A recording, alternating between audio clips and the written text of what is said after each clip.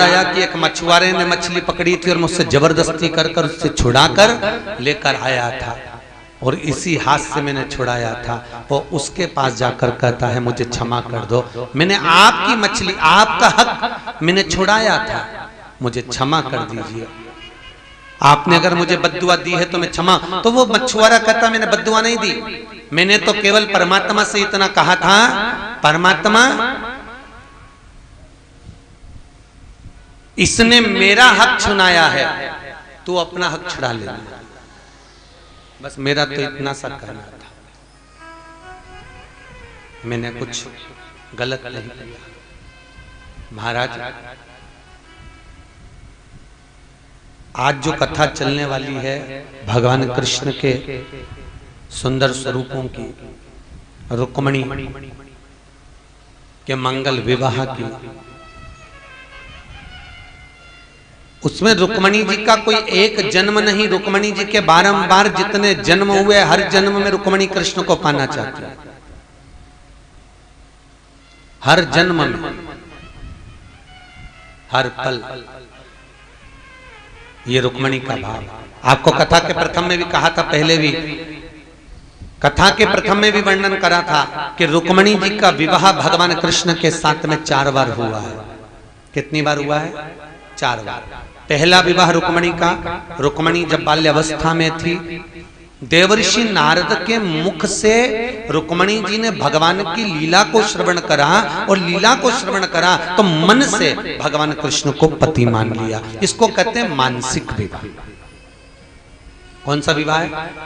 जम के बोलो जरा। मानसिक, मानसिक। दूसरे नंबर का विवाह, रुक्मणी जी ने जब पत्र लिखा तो पत्र के माध्यम से 7 श्लोक लिखे, रुक्मणी जी ने अपनी बुद्धि की भावर भगवान से लगा ली। इसको बुद्धि का विवाह कहते हैं, बुद्धि। और तीसरे नंबर का विवाह है रुक्मणी जी का, जब भगवान कृष्ण ने रुक्मणी जी का हरण करा तो इसको राक्षसी विवाह कहा गया। और चौथे नंबर का विवाह रुक्मणी का जो हुआ वो द्वारकापुरी में पहुंचने के बाद हुआ।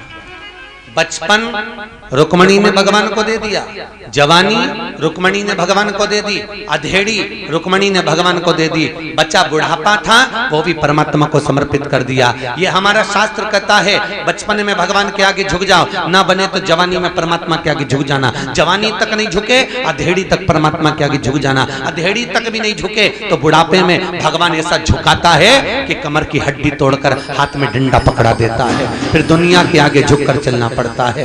और दुनिया के आगे झुकने से अच्छा है परमात्मा के आगे झुकते रहो, प्रणाम करते रहो, नमन करते रहो, साष्टांग करते रहो, उसके आगे झुकते रहिए। आपका भाव जितना समर्पित होता है भगवान उतना जल्दी सुख को पाता है महाराज, उतना सुख।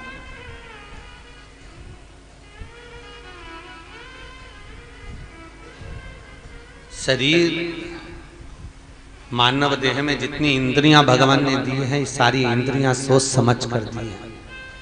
जितनी भी इंद्री प्रदान करी गई है ये सारी इंद्रियां भगवत पद को पाने के लिए, भगवान के चरणारविंद का अनुमोदन करने के लिए, भगवान के चरणारविंद को प्राप्त करने के लिए ये इंद्रियां प्रदान करी गई। श्रवण क्यों दिया? कि आप कथा सुनेंगे भगवान इससे प्रवेश करेगा। नयन क्यों दिए? भगवान का दर्शन करोगे भगवान प्रवेश करेगा। मुख क्यों दिया? भजन करोगे भगवान प्रवेश करेगा। ये जितनी इंद्रियां, हाथ दिए सेवा करो, चरण दिए तीर्थ करो, ये मौका मिला है फिर नहीं मिलने वाला है।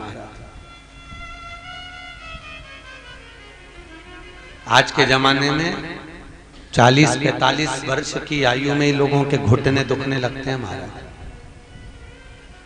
कहीं पिंडलियां दुख रही हैं, कहीं घुटने दुख रहे हैं। मैं कई बूढ़ी बूढ़ी माताओं को देखता हूँ। यहाँ पर आपकी हरडिया जी, आपकी मामी जी बैठी हुई है, कितनी बूढ़ी हैं वो। इतनी अवस्था होने पर भी मैंने उनको देखा था कि ट्रेन में से जो बहुएं थी वो तो आराम से उतरी थी, ने डोकरी अम्मा पहले उतर के खड़ी हो गई थी। पहले आश्रितता नहीं है उनकी, आश्रितता नहीं, स्वतः एक आज की अवस्था 40, 45, 50 में तो कहीं घुटना दुखे, कहीं कमर दुखे, कहीं बीपी ऊंचा नीचा हो जाए, कहीं शुगर ऊंची नीची हो जाए, तो लोग कथा सत्संग भगवत भजन कोई कर पा रहे? बहुत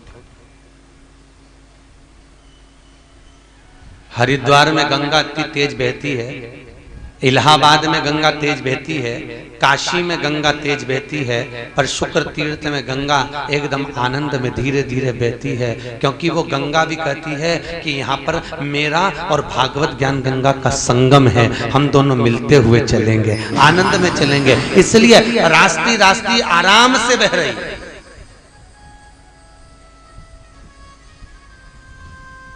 गंगा और भागवत ज्ञान गंगा का संगम है शुक्र तीर्थ, जहां पर भागवत श्रीमद् भागवत ज्ञान गंगा का और गंगा महारानी भागीरथी गंगा का संगम है। इसलिए दोनों का मिलन होते होते रास्ती रास्ती आराम आराम से चल रही है। आराम। बच्चे भी हैं तो उसमें डुबकी लगा रहे हैं, बूढ़े भी हैं तो कूदे जा रहे हैं, युवान है वो भी स्नान कर रहा है, वो अलमस्त है।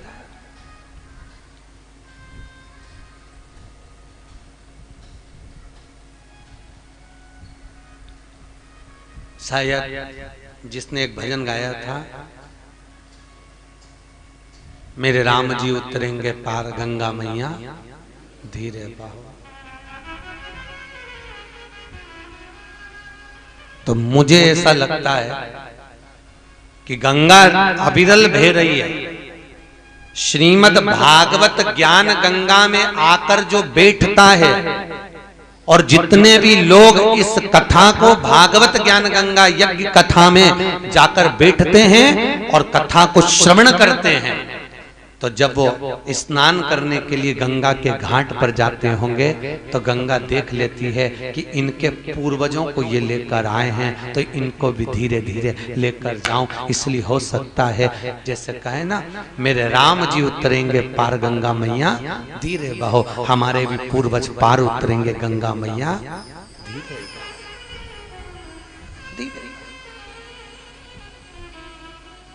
और बड़ी सरलता सा लोग मरने के बाद लोटे में भर के आपको लेकर आए, उससे अच्छा है कि आपने जीते जी गंगा की डुबकी लगा ली। मरने के बाद की कोई गारंटी नहीं कि कौन लेकर आएगा कौन नहीं लेकर आएगा। आप जीते जी भगवत चर्चा में, जीते जी भगवत स्मरण में, जीते जी भगवत नाम में डूब रहे हो, इससे बढ़कर सुख और क्या होगा।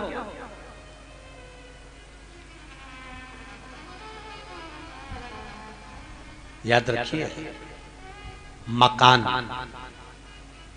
घर, जिस मकान को आप बनवाते हो, फर्श यहाँ पर लगवाना है, फर्श यहाँ लगवाना है, यहाँ पर ग्रेनाइट लगवाना है, यहाँ कोटा लगवाना है, यहाँ टाइल्स लगवाना है। पति पत्नी से पूछता है सीढ़ियों में क्या लगवाऊं, पत्नी कहती है ये वाला पत्थर लगाओ, बेडरूम में ऐसा बेड बनना चाहिए। बेटे कहते पापा मुझे ये लगवाना है, तुम्हारे कमरे में ये लगवाना है। बाप कहता है मेरे को तेरे कमरे में ये लगवाना है। ईमानदारी से बोलना, मकान आपकी पसंद का होता है पर मसान शंकर की पसंद का होता है।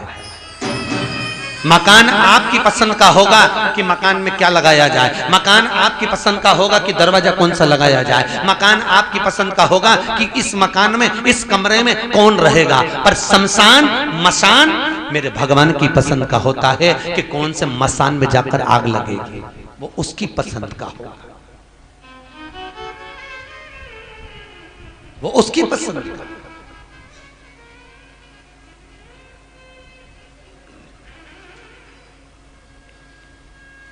जरा सा भी हल्का कपड़ा तुम्हें पसंद नहीं है पहनने में, बोलो तो सही।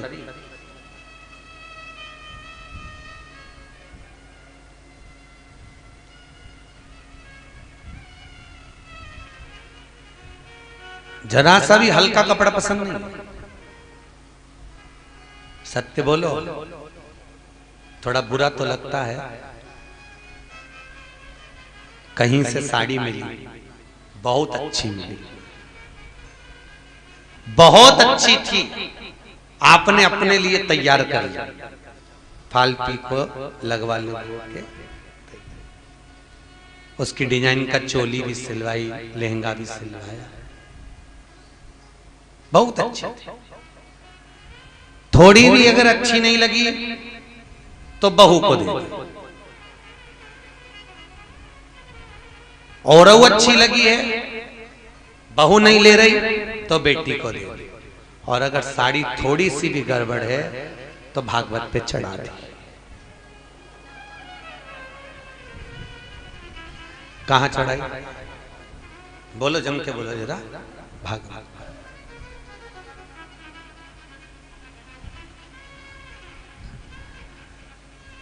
कल कुछ माताएं कह रही थी इतनी सारी अपन ने साड़ी चढ़ाई गुरुजी, हम भी लेके आए, तो ये वापिस नहीं ले जाएं, इसकी जगह पर गरीबों को दे दी जाए, गरीबों को दे दे। हमने कहा दे दो।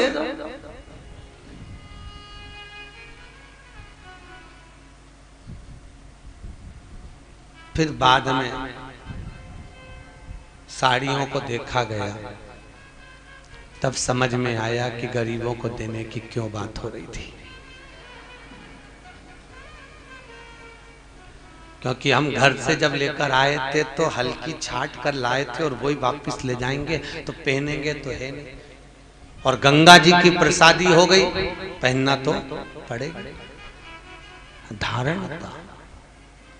हम जब स्वयं के लिए कोई चीज पसंद नहीं कर रहे तो वो परमात्मा को भी देने के लायक नहीं होती साहब।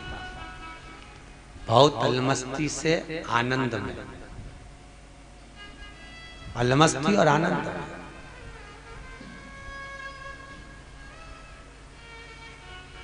भाव से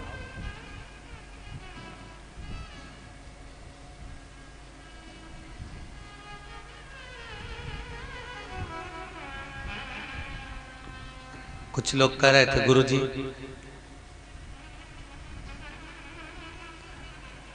इक्कीसों में क्या होता है, आपने 5 तो देसी घी के डब्बे बुलवा के रख दिए, सारा मीठा आपका ऐसे बन रहा है, थोड़ा बहुत कुछ हल्का वल्का उसमें करवा दो। हमने कहा भले वो 2100 मिले पर डब्बा तो देसी घी का ही होना चाहिए, क्योंकि भोग ये बाद में लगाएंगे, उससे पहले मेरा सुखदेव जी महाराज और कल्लू महाराज खाएगा। मैं इनके लिए नहीं बनवा रहा हूं, बनवा मेरे ठाकुर जी के लिए रहा हूं। वो अगर अच्छा खा रहा है तो तुम्हें अच्छा खिला रहा है, अगर हम आपको हल्का देंगे तो सबसे पहले थाली तो उसी के सामने जाएगी, हाथ तो तुम उसी के जोड़ोगे, और उसको अगर हल्का मिले तो कहां की श्रेष्ठता है। हल्का मिले, थोड़ा भी हल्का कर देते तो 4-5 दिन में तो तुम सब खांसते फिरते।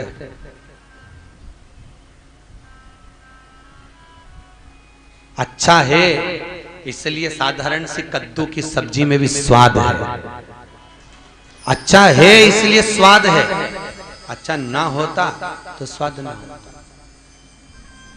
आप एक अंश भी, बहुत सुंदर बात है, जमुना दास की कथा याद रखो, 252 वैष्णव की वार्ता में जमुना दास की कथा आती है। जमुना दास जी निकल कर जा रहे थे, एक डलिया में उनको एक पुष्प नजर आ गया, उस पुष्प को जमुना दास जी ने उस फूल को लिया। फूल कितने का है? फूल वाले ने कहा 1 रुपए का फूल है। उसने कहा फूल इतना सुंदर है, मैं भगवान के चरणों में चढ़ाऊंगा, श्रीनाथ जी के चरणों में चढ़ाऊंगा, श्री जी बाबा बड़े प्रसन्न होंगे, फूल मुझे दे दो। 1 रुपए देने लगा। इतने देर में वहीं से नगर का राजा यवन राज निकल कर जा रहा था, और यवन राज निकल कर जा रहा था। यवन राज ने फूल देखा, बड़ा सुंदर फूल था। यवन राज वेश्या के घर जा रहा था, वेश्या के। यवन राज ने सोचा इतना सुंदर फूल वेश्या के जूड़े में सजाऊंगा, वेश्या कितनी सुंदर दिखेगी।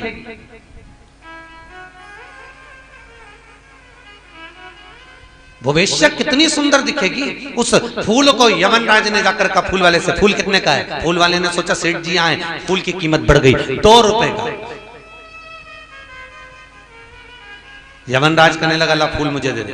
अब तुम वस्तु अगर 1 रुपए की चीज 2 में जा रही होगी तो 2 में दोगे कि 1 में दोगे? अरे बोलो जम के 2 में।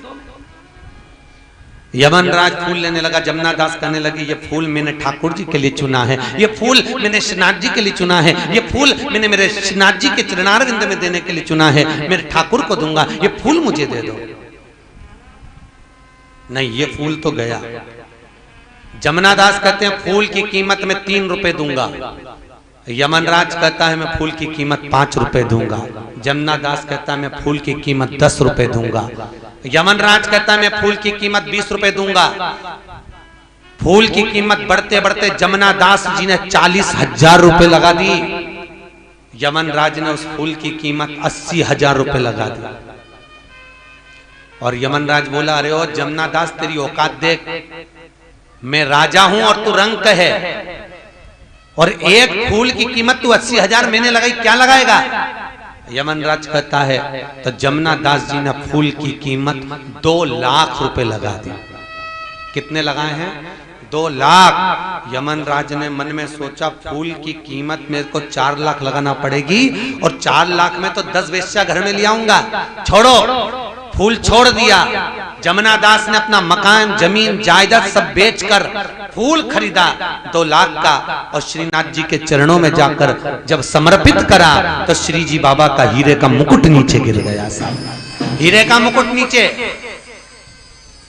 जमुना दास जी ने पूछा ठाकुर क्या मेरा पुष्प पसंद नहीं आया? ठाकुर जी कहते हैं फूल इतना सुंदर था कि हीरे का मुकुट हल्का लग रहा था, इसलिए फेंका गया है। आज भी श्रीनाथ जी का फोटो का दर्शन करना, करें कि नहीं करें दर्शन? श्रीनाथ जी के फोटो का दर्शन करना, आपके व्हाट्सएप पर, मोबाइल पर कभी भी तो फोटो देखना।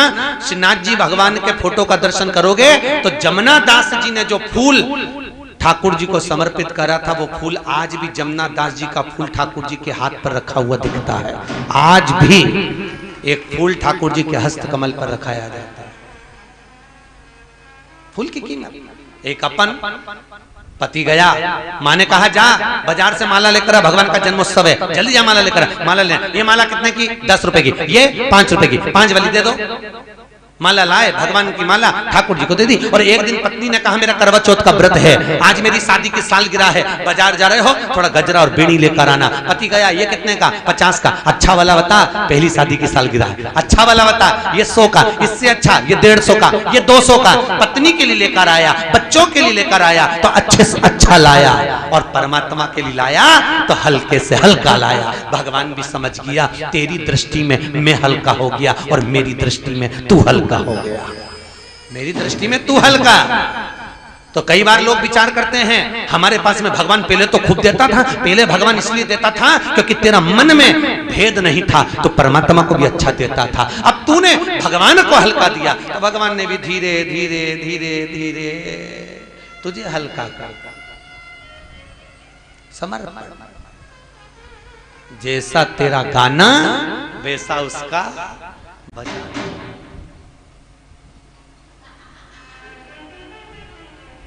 वैसा उसका तुम्हारा समर्पण श्रेष्ठ।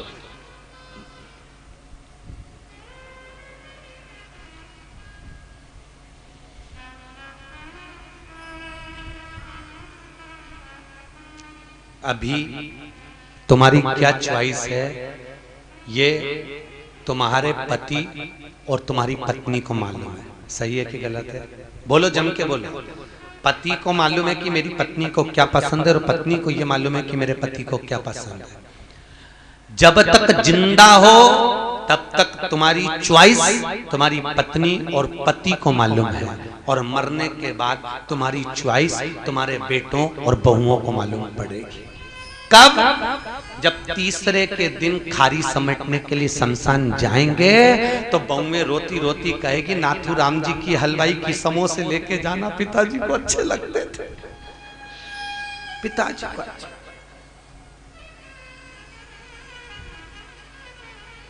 अभी बेटे और बहुओं को तुम्हारी चॉइस मालूम नहीं है, अभी तुम्हारा समर्पण मालूम नहीं है। आज के बच्चों को पिताजी की, माताजी की वसीयत पसंद आती है, पर आज के बच्चों को माता पिता की नसीहत पसंद नहीं आती। कि माता पिता क्या कह रहे हैं, क्या बोलना चाह रहे हैं, उनके मन की दशा क्या है, उनके मन का भाव क्या। बहुत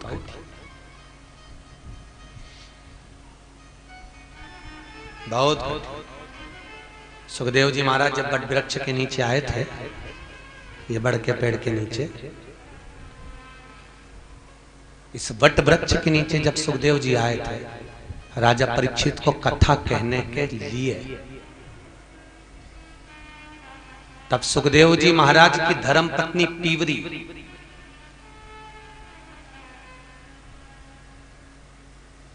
मिलने के लिए आई थी। और सुखदेव जी महाराज की पत्नी, धर्म पत्नी पीवरी, जो पितरों की कन्या है। किसकी कन्या है? पितरों। श्राद्ध कितने होते हैं? 4। श्राद्ध कितने होते हैं? 4। नवरात्रि कितने होते हैं? जम के बोलो। 4। पितर लोक के दरवाजे कितने हैं? 4। कितने दरवाजे पितर लोक के? जम के बोलिए जरा। 4 दरवाजे। 2 दरवाजे पितृलोक के हमेशा बंद रहते हैं, 2 दरवाजे हमेशा खुलते हैं। और 2 दरवाजे जब खोले जाते हैं तो पितृलोक में जो पितर जी विराजमान हैं, पितर जो बैठे रहते हैं, उन पितरों की अलग अलग संतान है। एक दरवाजे पर जो पितर बैठते हैं उनकी 3 लड़कियां हैं, और दूसरे पितर जो दरवाजे पर बैठते हैं उनकी 1 लड़की है। कितनी लड़कियां हैं? 1। एक बार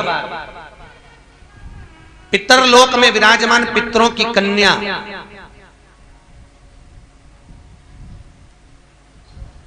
मैना, धन्या और कला, क्या नाम था? मैना, धन्या और कला। ये पितरों की, एक पितर की 3 बेटी हैं। एक बार सनकादि ऋषि बैठे हुए तप कर रहे थे, साधना कर रहे थे, भजन में डूबे हुए थे। इतने में से मैना निकल कर गई, उसके लहंगे की चोट संत को लग गई। धन्या निकल कर गई, कला निकल कर गई, उनकी चोट लगी। सनकादि ऋषियों को क्रोध आ गया। क्रोध में उठकर खड़े हुए और खड़े होकर उन्होंने श्राप दे दिया, ए मैना, धन्या, कला, तुमने संतों का अपमान करा है, हम तुम्हें श्राप देते हैं कि तुम पितर लोक को छोड़कर मृत्यु लोक में जाओगे, पृथ्वी पर तुम्हें रहना पड़ेगा। तीनों चरणों में पड़ गई, महाराज हमें क्षमा कर दीजिए। संत संत होते हैं, उन्होंने तुरंत क्षमा करा। क्षमा करते कहा, मैना, धन्या